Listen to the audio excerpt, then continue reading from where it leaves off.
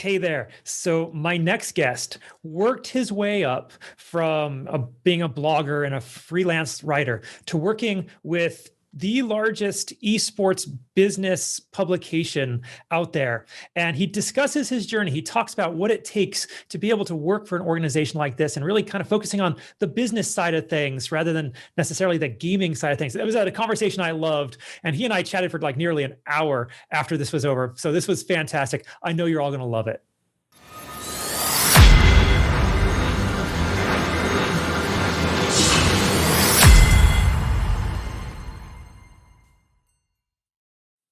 Hey there, everybody. Welcome back to the Gamerpreneur podcast. I'm your host, Dr. Bradford Carlton.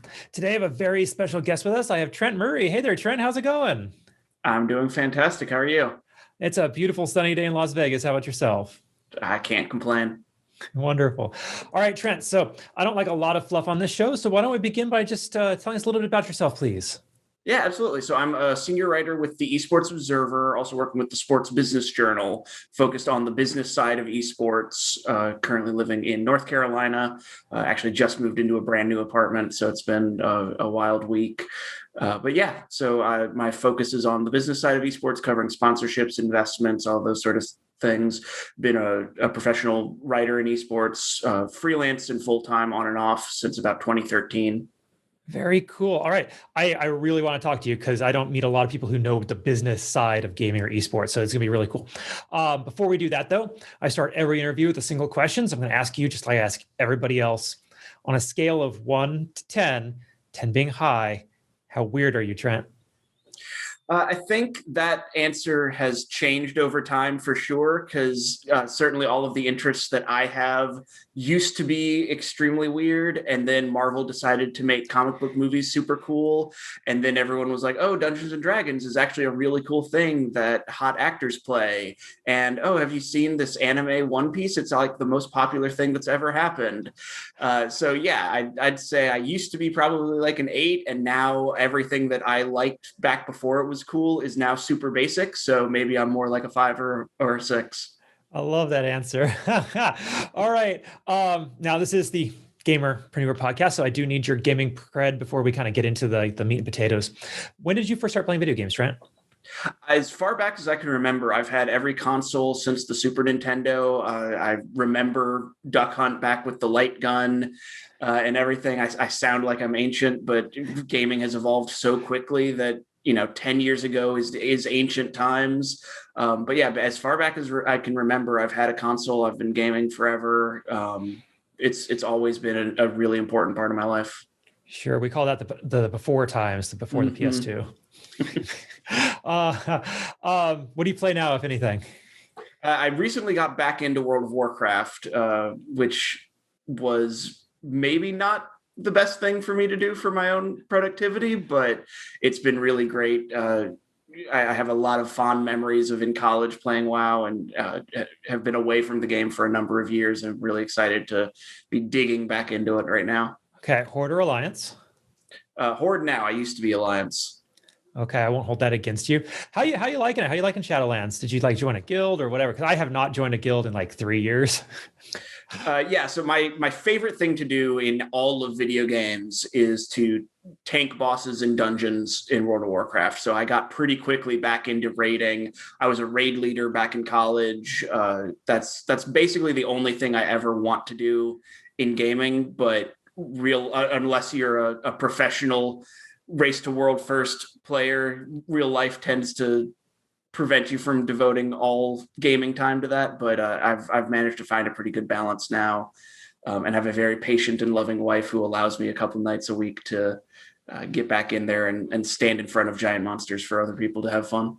I wish I had the same patience in my spouse. Okay. One more question, then we'll get to the business stuff. If you had to pick one game as your all-time favorite, which one is it and why? It's probably World of Warcraft, just because of the way that it allows you to create fun. I think there's a lot of video games you could say in the Mario Zelda world that, are really high quality video games and maybe better video games than WoW. But the way that, me and a couple of buddies with absolutely no plan for what we're going to do for the evening can either take the game extremely seriously and go raid and progress, or screw around in an entry level town with no shirt on dancing in front of a mailbox. There's just so many different ways that either you as yourself or you with your friends can play the game. And for me personally, I don't think I have better gaming memories than I do of my time in college playing WoW with my friends and finding ways to have fun together. For sure. I wrote a whole book on it. I am right there with you. Okay, Trent, let's get over to the business part. Can you begin by maybe giving us your professional background and how did you get to where you're at today? Absolutely. Yeah. So I went to school originally thinking I was going to be an English teacher, realized very quickly that system is not for me, and ended up walking out of school with a communications degree and not really knowing what I wanted to do. Kind of fell backwards into sales for a while. And then after World of Warcraft, I got into League of Legends and started following, I wanted to get better at the game, started watching TSM's videos on how to play League of Legends better, realized that they had a professional competitive team that competed in tournaments, and started watching that a little bit. And then after watching the League of Legends World Championship the first year, realized that, esports is incredible. I have to be a part of it, and started doing anything that I could to get involved in esports, from coaching to writing and other things, and just slowly over time have developed my contacts in the industry through freelance writing, blogging, consulting for teams, and some of those sorts of things, before eventually landing at the Esports Observer in 2018. And I've been here full time ever since then. Fantastic. And what's your role with the Esports Observer? So I'm a senior writer. So my focus is daily news, interviews, coming up with content series. Actually, this week, as we're recording this, Monday was International Women's Day. And so we have an entire week-long series of content focused on highlighting women that are doing exceptional work in the esports industry. And so my job was spearheading that, coordinating all of the different writers, contributors, making sure we had the right photos and social media going on and everything like that. So it's a good mix of a lot of different things that keep me busy. Beautiful. Now, I want to go back to the prior question, because you had said that you did anything you possibly could to get into the esports industry. And I have a lot of audience who are interested in that path, right? They want to get into esports. They're just not certain where or how. What kind of action steps would you recommend to someone who's looking to do it, maybe follow in your footsteps? Yeah, so I think the thing to understand about gaming, especially, it's both an extreme positive, and it can be a very dangerous thing if you're not protecting yourself, is that this is an industry 100% fueled by passion. We as gamers love gaming. It's a huge part of our identity. It's where we find so much of our joy. And so people in the esports and gaming industry are fueled by that same passion and love for gaming, which means that they're willing to do whatever it takes to just be a part of it. And that was very much me early on.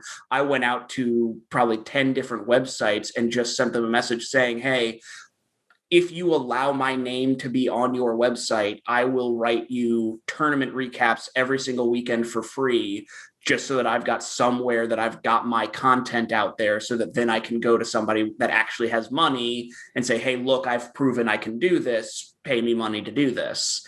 And that is pretty much most people that got their start in esports 5 or 10 years ago will have the same story. They started for free doing something to prove that they could do it, and eventually found someone willing to give them money to do it. And so obviously some things about that have changed now that there's more investment money coming into esports, now that there's actual, college degrees you can get in esports that have varying levels of value. But the number one thing, if you are truly passionate and have a burning desire to get into esports and gaming, the best advice I can give anybody is start right now doing something that you can do that solves a need for somebody. Probably do it for free until somebody is willing to pay you, or you have the quality and experience of work to demand compensation. Wonderful. I love that answer. However, I'd like to point out that there are tons of people probably already doing that, and they're not working as senior writers for the Esports Observer. So I'd like to ask you, because like you like managed to weave your way through and up to this position. What makes you different? What makes you special from all those other people who are grinding it out, but maybe not able to get there? I think one of the things that sets me apart from a lot of people in the esports and gaming space is a diversity of knowledge of different games. So I think a lot of people, when they start in esports and gaming, it's because they fell in love with one game. You know, they really love Counter-Strike. And so they want to write guides for Counter-Strike. And then they want to be on an esports team for Counter-Strike. And maybe they'll go find a writing gig just about Counter-Strike, and Counter-Strike's the only game that they know. But very early on, you know, I started in League of Legends, and as soon as my first paid writing gig in League of Legends dried up, I immediately went to a little game nobody's ever heard of called Infinite Crisis, and was writing content for the developer that was making Infinite Crisis and coaching a team in Infinite Crisis. Then I went to a different game and another game. And even if I wasn't writing about certain games, made sure I knew what are the biggest games right now? What is the conversation that people are having about different games? What's the next big thing that's going to happen? And how can I be one of the people that's an expert in that area?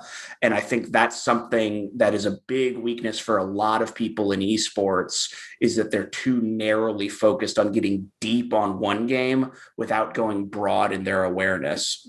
Because even if you want to just focus on one game, knowing where that game sits in the landscape, being able to borrow the skills and resources that other games have and the expertise that other games can give you in any field that you're in, broadening that understanding is going to be valuable. Fantastic. Okay. Now, you work at a business publication focused on esports, and it's really rare that there's anybody talking about the business side of that industry. How are you getting the information that you're writing about? Like, where are you guys looking for this stuff? So the Esports Observer, since we've been around for a while, we're very fortunate to have contacts built up with a lot of different companies in the esports industry. And because, as you said, there's not a lot of dedicated business outlets covering esports, companies, brands, investors want that information out there. So a lot of the time they're willing to send us their announcements ahead of time so that we can write about them. So we get a good portion of our daily news sent directly to us through email that we don't actually have to go out and find. And then a lot of our time, in addition to that, is spent talking to sources, developing contacts, building relationships. You know, journalism is very much like sales in that it's all networking, it's all who you know. It's about cultivating those relationships so that people are willing to talk to you and tell you about information before it becomes public, so that you can then investigate it, build a story around it. But I think also something that's really important to understand, especially for anyone looking to go into esports, is esports is, you know, it is a baby compared to any other entertainment industry, and even more so to the people with money. The investors from outside, the sponsors from outside of the space are still brand new to esports. So a lot of our work, in addition to covering the daily news, is in educating people that are coming into the space about the space. So it's writing interviews, it's explaining trends, explaining terms, doing, you know, feature work that provides more of that information beyond the what and into the why. Okay, beautiful. What's something that you find most interesting about, one, your position, and two, esports? The greatest thing about both is that it's going to change tomorrow. The rules that we learned in 2019 went out the door in 2020, and that's even if you ignore a pandemic happening. You know, every single year there's a brand new game that's either going to completely change the face of esports or be really popular for a month and then die out completely. And so there's always something new to learn. There's always something new changing the landscape, new lessons to be learned. And so as a journalist, it's really exciting because every single day I wake up, and that could be the day that my job completely changes because Epic Games decided to put $10 million into a Fortnite tournament. or it could just be a Tuesday. And I really haven't had all that many, oh, it's just a Tuesdays in the 3 years that I've been here. All right. What, in your personal opinion, is the biggest challenge facing this industry? I think it's that same thing of education, that it's getting a lot better. People are starting to recognize the value of esports, the way that just digital consumption is changing, the way that people, especially younger people, consume entertainment is completely different from the way they did a decade ago. And esports is right at the center of that, but it's still getting past some of those barriers with people that don't get it. And especially people that are older that maybe remember, we all remember the Jack Thompsons of the world fighting against Grand Theft Auto being a thing and how dangerous video games were. And there's still a lot of that. The Olympics is a perfect example that there's been a lot of discussion about bringing esports to the Olympics, but one of the big resistances to that has been all of the popular esports involve either some form of the term kill being a key component of their gameplay, or they involve guns. And there's a lot of, barrier to that from people that aren't familiar with the gaming space that we still have to overcome to bring in investors, bring in new sponsors, all of those things. Certainly. Okay, Trent, I'd like to get a little more personal if possible.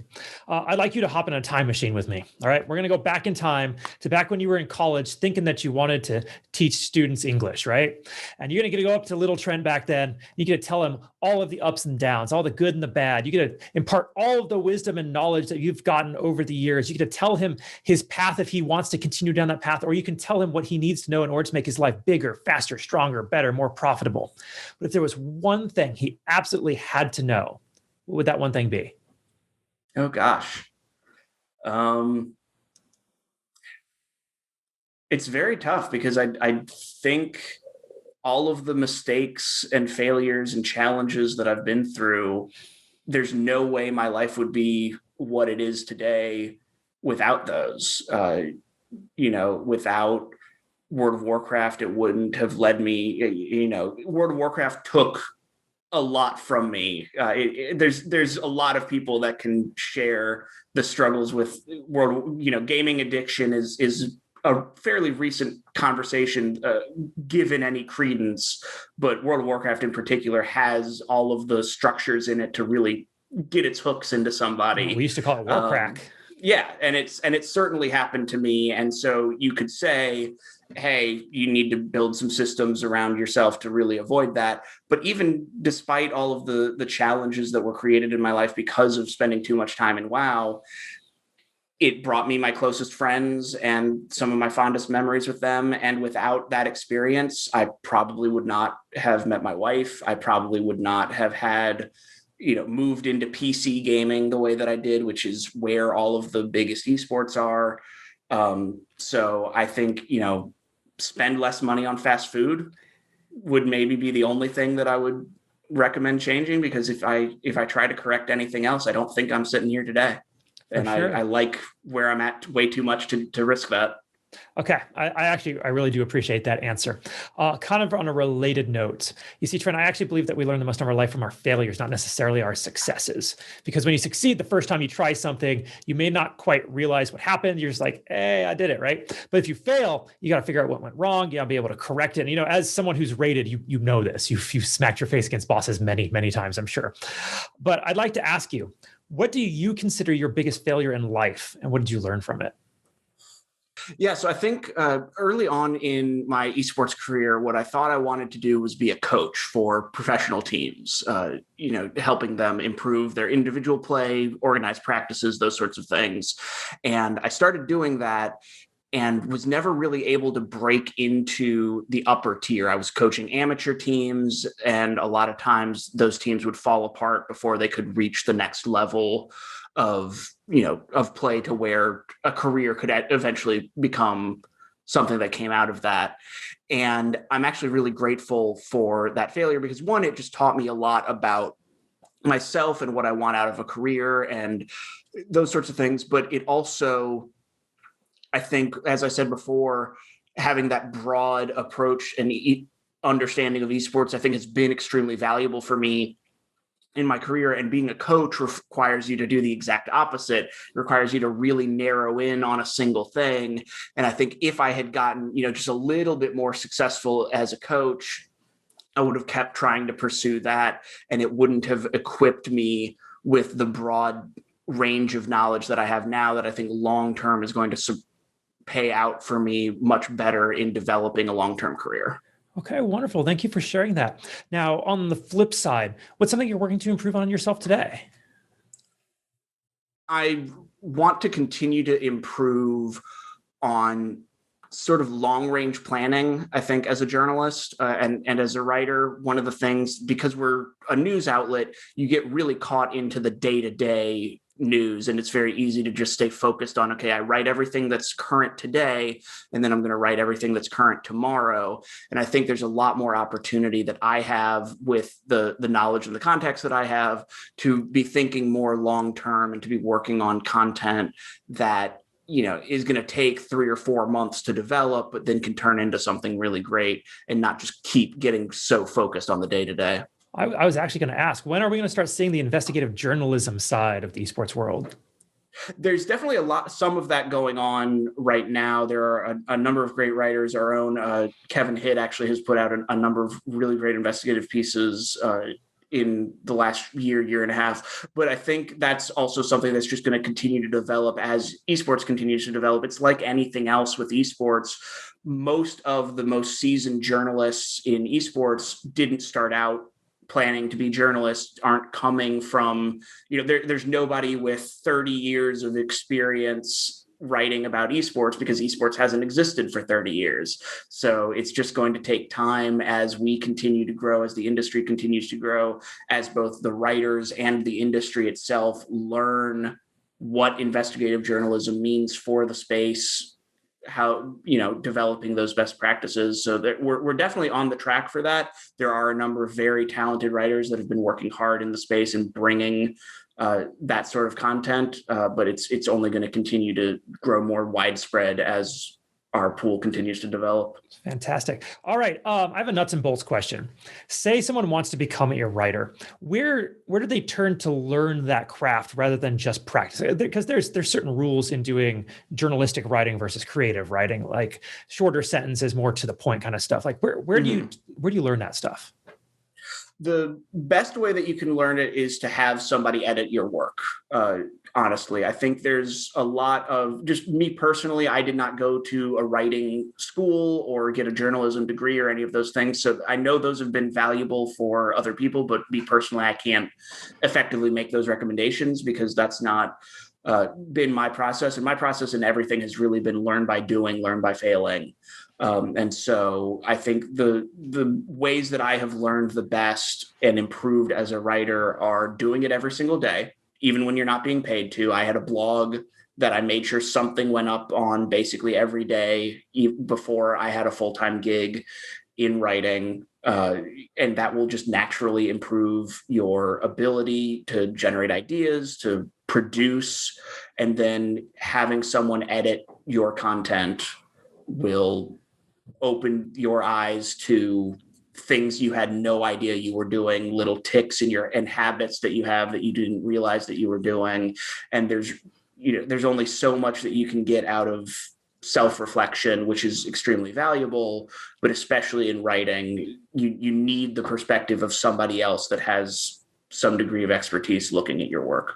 Okay. On the getting paid side, like you're salaried now, right? Mm-hmm. Okay. How do writers get paid generally until they get to the salaried position? It's freelance. You're going to go out to different outlets and pitch stories.